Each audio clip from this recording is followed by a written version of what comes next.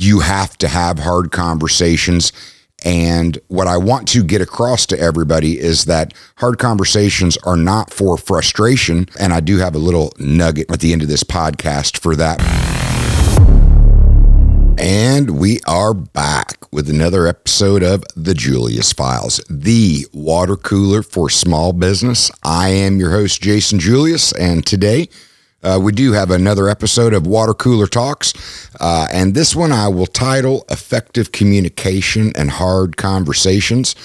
I'll be honest, this subject is kind of, I don't want to necessarily say near and dear to my heart, but it is something that I realized early on was my responsibility. I think maybe my previous life as a union rep maybe prepared me for some of these, because inevitably there's always hard conversations that have to be had. But the point is that you have to have hard conversations. And what I want to get across to everybody is that hard conversations are not for frustration. And I do have a little nugget at the end of this podcast for that. But the point is, all communication, effective and hard conversations are meant to achieve an end goal. There was I listened to a podcast earlier, and this dude put this so nicely that, I would always be the one that wants to talk about the elephant in the room. And this guy framed this as the mouse in the room. And I thought that was pretty cool because, the elephant in the room is the overarching, everybody knows what it is, and it's the agitation. Maybe the mouse in the room is that annoyance that is there.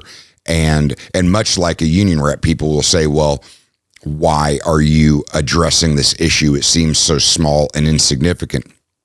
My response was always, well, I'm addressing this issue now while it is small and insignificant to keep it from growing into being a dumpster fire. We'll go with that analogy. The point is, I'm a big believer that if you will address the mouse in the room, that you can potentially keep it from becoming the elephant in the room. And inevitably, how you choose to go about having hard conversations is going to determine the livelihood of your business. It's going to determine the livelihood of the quality and the health of relationships that you have in life, how you go about it, and what your intended purpose is when it comes to actually having effective communication and hard conversations. And I've got a couple stories for you because they are clear examples of me failing when it comes to effective communication and hard conversations.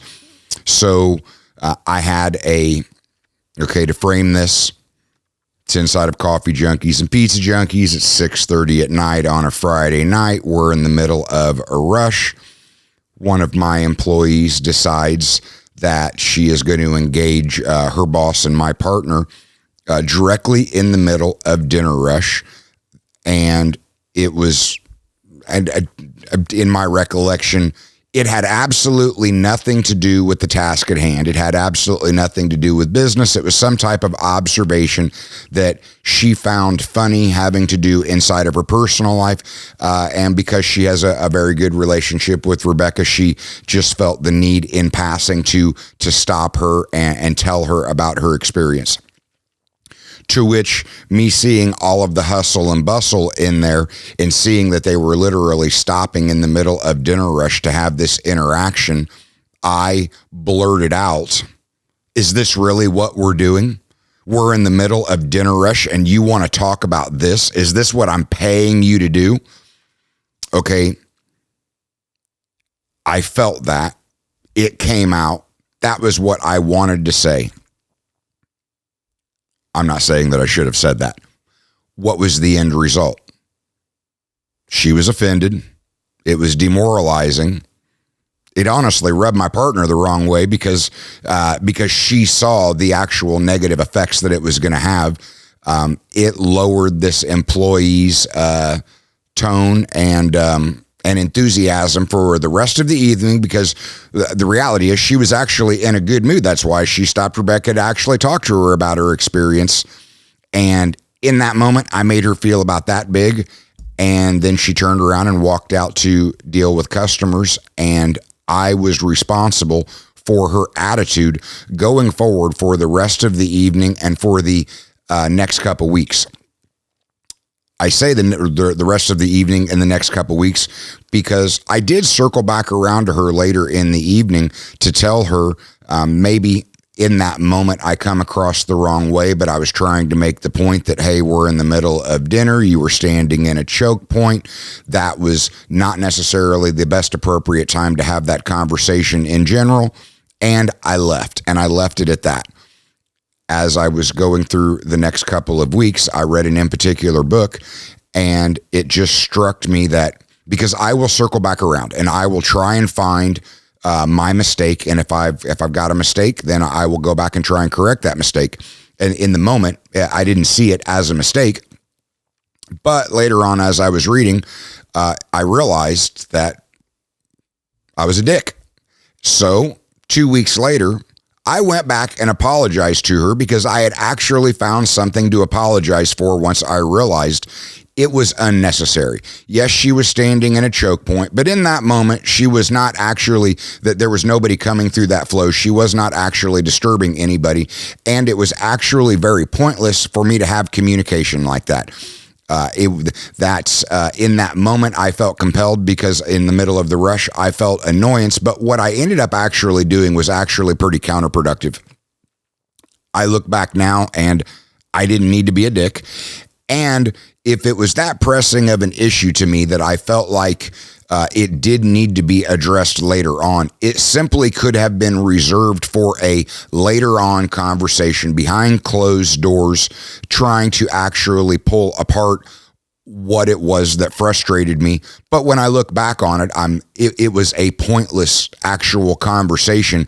I did nothing but actually negatively affect my employee because I made my comments in the middle of a kitchen where there were other ears around. And it affected the employee and her level of service that she applied just because, admittedly, it was demoralizing. So after a couple weeks, when I really did find my fault, I quickly pulled her back into the office and I apologized to her about that because I want to be able to have effective communication. I want to be able to have hard conversations. But the point is, I want to have hard conversations that are going to get over the elephant or the mouse in the room and get to a higher level of understanding and an actual better place in general. So then that's let's just say that's an example of when it was unnecessary because in that moment, just because I felt like being that way, I look back on it and it was just simply an unnecessary conversation that if it was truly that important, I could have a conversation with my partner and had her relay that to the employee at a later date. I could have had a conversation with her to express my frustration in that moment. Once the moment had passed, once it was about literal effective communication, because customer service is everything. My businesses, my reputation are built on quality and service. And the last thing that I need to be doing is doing anything that is going to get in the way of my employees producing quality service. And obviously, if in any way I'm browbeating or taking as an inappropriate negative conversation, it's going to have an effect on their attitude and their personality. And what comes before anything is the customer, and delivering exceptional service. Well, that comes down to being hyped up, having a good positive attitude, and I didn't do anything to assist that. I actually, it was very counterproductive. Okay, so that's one way of what I'm talking about. So let me give you another story in general. So I had an in particular employee that was frustrated because, well, let's just say he was frustrated with the underperformance of a couple of other employees. He did not know how to talk to me about that, and he came to the conclusion that he knew that true in his heart that it was either him or them, but he saw that as creating an ultimatum for me. Okay, Ultimatums are bad. When you back people into a corner, generally they're going to come out swinging. You put an ultimatum in front of somebody.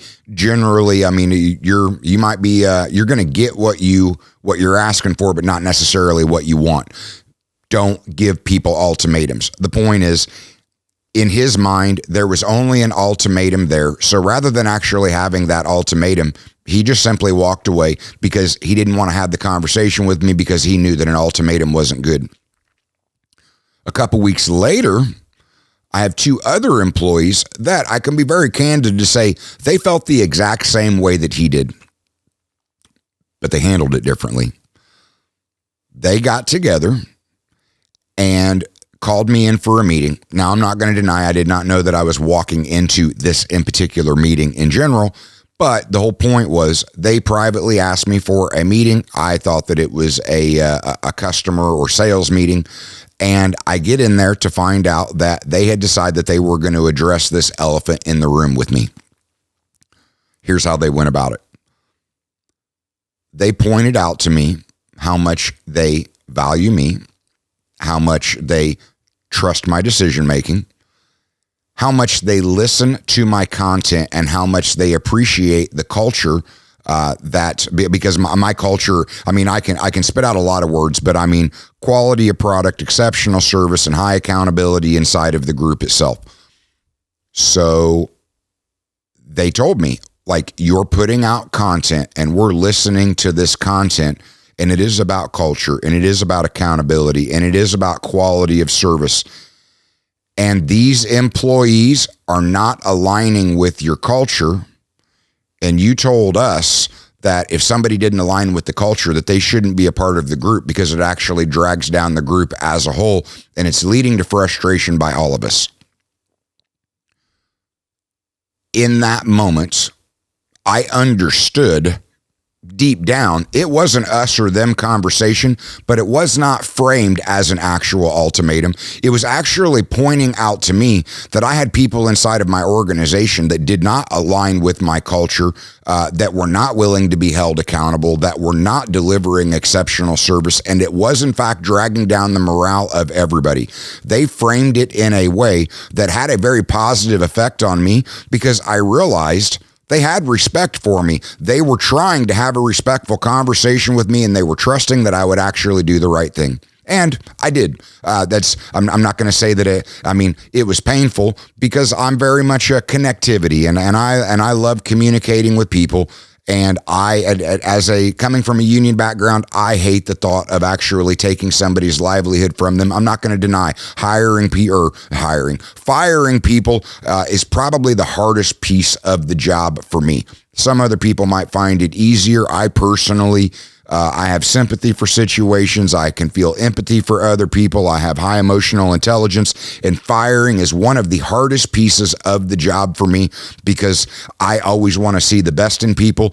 And when they don't live up to that potential, and then it starts affecting the morale of the rest of the group, I know what has to be done. Still does not make it any less hard in general. Okay, so let's get to what I'm referring to when it comes to what I see are the basics of engaging in a hard conversation, because part of engaging in a hard conversation is setting up to actually have the hard conversation, thinking in your mind, you've got an elephant or a mouse in the room in general. It has to be addressed.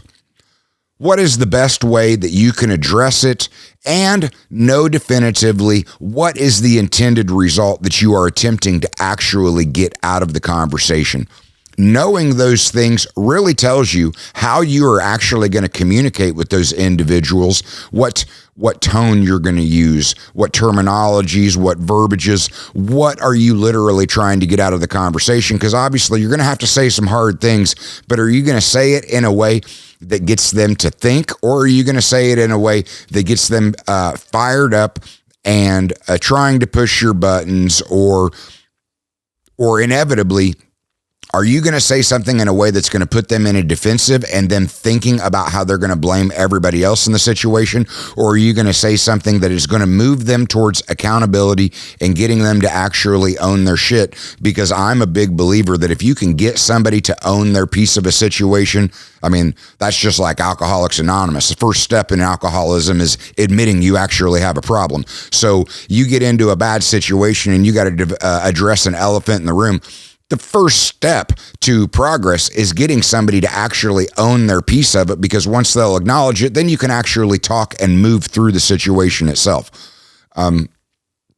The piece that is the challenge for a lot of people is that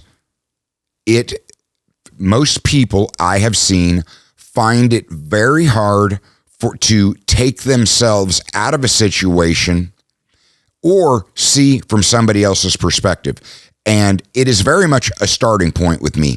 If I have a hard conversation that I'm going to have with somebody, after I've thought about setting up the conversation, after I've thought about the intended result for what I'm trying to get out of the conversation, when I start the conversation, I'm going to ask them to remove themselves from what I'm about ready to say and try and understand from my perspective. Because if you can get an employee out of their own head and thinking in that moment, he's about ready to address something with me as if I need to see myself as I'm the owner, I'm the entrepreneur. How would I feel if this was going on in my business and somebody laid this in my lap? If you can get them to come at it from the frame of mind of removing it from themselves and seeing it from my perspective, it opens the door for communication where you can lay out the topic or the issues that actually need to be addressed. That is probably the best positive way that I know how to broach a conversation. But here's where it gets complicated. If you can frame it that way and they understand they are walking into a hard conversation and you need them to see it from your perspective, once you lay the topic out there, then you shut up and you listen to what they have to say. And here's the secret. You try and see it from their perspective. Obviously, it's an elephant in the room. But the point is, if you're trying to actually move from broaching a hard topic to having a positive outcome, the same way that you are trying to get them to see things from your perspective, you need to be prepared to remove yourself and see things from their perspective. Because if both of you can understand where the other person is coming from, then you can actually start the dialogue of having an exceptional conversation that leads to a better place, and you'll actually gain some respect by the way that you actually handle the conversation, because people in general are willing to have hard conversations as long as they are open-minded conversations. Now, I am not going to deny that you are going to find your way to dealing with people that they'll nod and they will never actually see it from your position or from where you're coming from. And even if you see it from theirs, they will totally see it as one-sided. It's a bad communication. It's a bad conversation. It's a closed-minded individual. That's probably a tip that you should be looking to replace that individual in general, because if they're not willing to actually have debate and they're not willing to actually be willing to hold themselves to their accountability, well, I mean, I guess that really comes down to what kind of culture are you having in general, because that individual is going to be more often than not to sweep things under the rug. That's not the culture that I want to have, but you got to decide what kind of culture you're going to have, what kind of people are you going to surround yourself with, what kind of team are you going to develop, because if you have people like that are continually sweeping things under the rug, then when you want to bring in highly productive people that really care about delivering exceptional service and taking pride in the quality of product, which ultimately means that they're going to hold themselves accountable, that it's not just about having Big Brother watching or somebody over them watching everything that they do, you're not going to scale a business or have any type of meaningfully consistent results if you have competing or dueling personalities and cultures to the effect of, if you got two people working together, one of them's willing to hold themselves accountable, the other one will always sweep everything under the rug. There is going to be a point of frustration, and that is just a ticking time bomb, because one or both of them are going to get frustrated and they're actually going to walk away in general. So if you can actually see things from their perspective and you can get them to see things from your perspective, you can move from the elephant in the room to having a productive conversation. But what I'm getting at is that when you address the topic itself and then you close your mouth, you are using your two ears to give them the respect for them to voice things from their perspective. And a lot of times that elephant in the room is that they are only seeing things from their own perspective. You are only seeing things from your perspective, and there needs to be effective communication because you guys are not on the same page. And the ultimate goal of effective communication and having hard conversations is for you and your team or your employee to get back on the actual same page with each other so that you can do what you're all there to do, which is actually move a ball forward, deliver a consistent product over and over again, grow your business in general, because the teams that communicate the best are the teams that are actually going to win. Now, I'm saying all of this because I also need you to understand, if you do not learn how to effectively communicate with your team, if you do not address hard conversations, ideally when they are mice in the room and not elephants, you're going to lead to festering. Festering is going to lead to animosity. Animosity is going to lead to people thinking about doing or saying extreme things. And if somebody will think it, there comes a tipping point where they will say it. And if they will say it, they will do it. If somebody threatens to walk away from you and walk away from your business, I'm going to be honest with you and tell you 9 out of 10 times you're already past a point of no return. Because if they'll think it, it's one thing. And if you can have effective communication, I mean, people have all types of thoughts, positive and negative. That's nothing to hold against them in general. But if it gets to the point that they'll say it, you're already past the point of no return. If it'll come out of their mouth, it is something that they will do. And at the end of the day, I have long said, I will get bent over and I will take a fucking one time from an employee, because ultimately it is about doing what is best for the business. And in the moment, if you feel like you're being bent over, it's because they're leveraging you in that moment. And they know in that moment, you're just trying to get the customers taken care of. So in that moment, I have found several times that I will back down in that moment because I need to know that ultimately that the business is protected, that my customers are taken care of.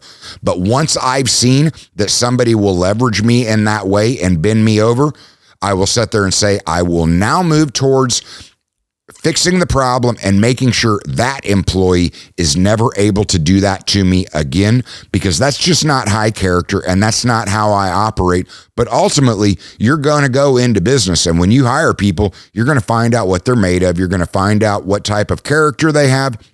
You're going to find out what type of individual they are. And if they leverage you at the worst possible moment to bend you over, which threatens your ability to serve your customer, you really have to contemplate, do you want to continue working with that individual in the future? Okay, so if you are actually able to have a hard conversation that leads to a productive conversation, you're going to have a better team. You're going to build a higher level of respect. But this is what I want to close with. There are going to be times that you have decided you're done with the employee, that the situation is not something that you can move past, that it's not an individual that you want to work with anymore, that the hard conversation is you want to explode on them. You want to tell them how worthless they are. You want to tell them every way that they've screwed up. You want to tell them every way that they have affected you, that they've affected your customer base, they've affected the other employees, that they've hurt the business. You want to tell them every way that you feel that they are worthless. The nugget don't have the conversation. There's nothing to be said. If you have decided that relationship is going to end, then all of those thoughts, feelings, and frustrations are absolutely pointless. And if you address them and say them, you are in fact being counterproductive. You're being counterproductive for two reasons. If you know that your relationship is over with somebody and everything that you want to say to them is based in frustration and you actually want to take jabs, there are two ways that this is going to affect you. One, it is self-talk. And if you are pushing negative emotions and communication on other people, you are in fact doing damage to yourself. But the other side of this is, if you know that you're going to end the relationship and you cast all of those dispersions on them on your way to ending the relationship, when they walk out the door, you just put a target on your back. And you just never know when that is going to come back to haunt you years down the road. There's a favorite show of mine, and I'm watching it a second time, and it's one of those, again, I do set aside about an hour a day where I will watch brain dead stuff, just because either I like the storyline or the writers or the actors themselves. But there's a show called Suits, and I mean, it's no longer in production now. I think there's like 9 seasons to it. But I absolutely love this show because the writers were great and the actors that they picked were great. But the main character of the show is Harvey Specter. And Harvey Specter is the best closer in New York. And what he closes is situations. The dude is a phenomenal lawyer by the way that the actual storyline is written. Here's the problem with Harvey Specter. This dude is good. He will always find a way to win. The dude always wins.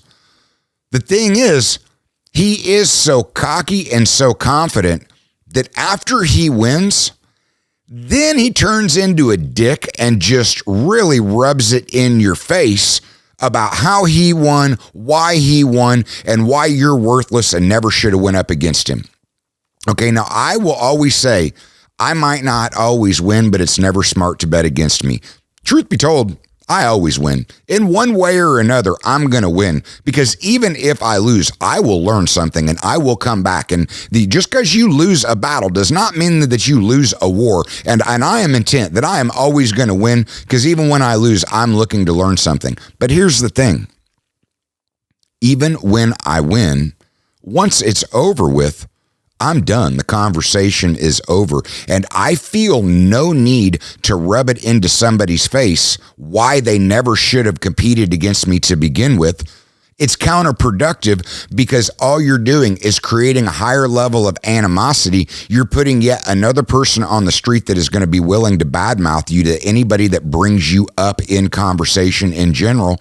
And through the course of the show, because obviously they were able to have 9 seasons, I would say 25% of all of the episodes of this show was because the story and the writers were able to bring reoccurring battles from other people that Harvey beat, but they never forgot how he beat them and how grueling he made it and how much he rubbed it in their face. So they always looked for other opportunities to find him and put him in a position of them finally being able to beat him. He was a dick about it when he actually won every time. So it literally put a target on his back. He was always being faced with repeat challengers because of how he went about after the win itself.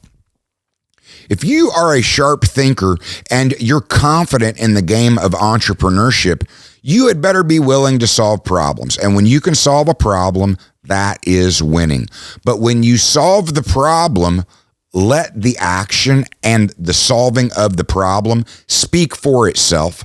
Don't rub it in the opposing side's face, because again, you are doing harm to yourself mentally by casting out that negativity, and you are in fact putting a long-term target on your back, and you will be amazed at the way people will go about trying to get even with you later on. And it is just simply unproductive, because as you're moving through life and business, Your ultimate goal is to be developing a reputation and building a network of people, not creating more enemies and putting more targets on your back that will inevitably cause you to have to solve bigger problems that will slow you down in achieving your own entrepreneurial goal of creating something that will outlive you, of creating something that will actually take care of you. There's already enough obstacles in that journey without you being your own worst enemy and actually going out of your way to create future problems because of how you handled or gloated over your previous wins. If you're going to be successful in business, you literally have to win more than you lose. But how you handle yourself in those wins are going to determine the number of problems that are placed at your doorstep later on.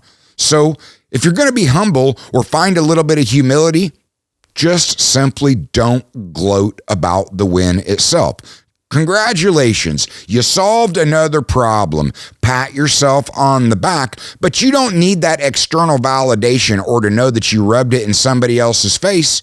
You are competing with you to try and do better every day. And when you win, you know you win. You didn't need other people to come up and congratulate you or for other people to walk away further feeling like shit. They lost. They're already feeling that loss. Rubbing it in their face is just totally counterproductive. And if you're really going to be a good contributing member to society, you don't want to be somebody seen as you'll rub it in their face or be part of contributing to that negativity. All right. I sincerely hope that gave you some food for thought in general.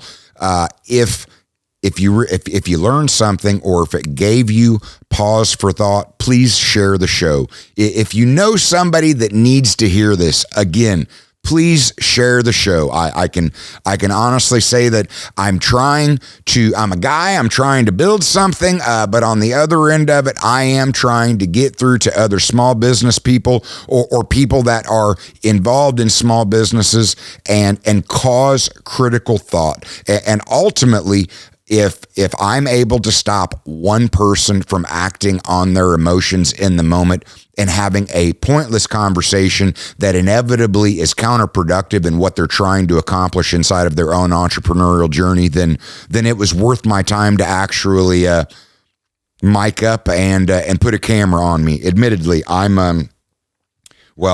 not wearing the finest of clothes right now, albeit I am sporting some coffee junkies, but I just got done with my workout and this was a topic in my head that I was chewing on because hard conversations are inevitable. If you are the leader, you are the person that is responsible for having hard conversations. And if they're not going to be productive hard conversations, there's just no point in having them. All right. That's my show for tonight. Until next time, you guys have a good night.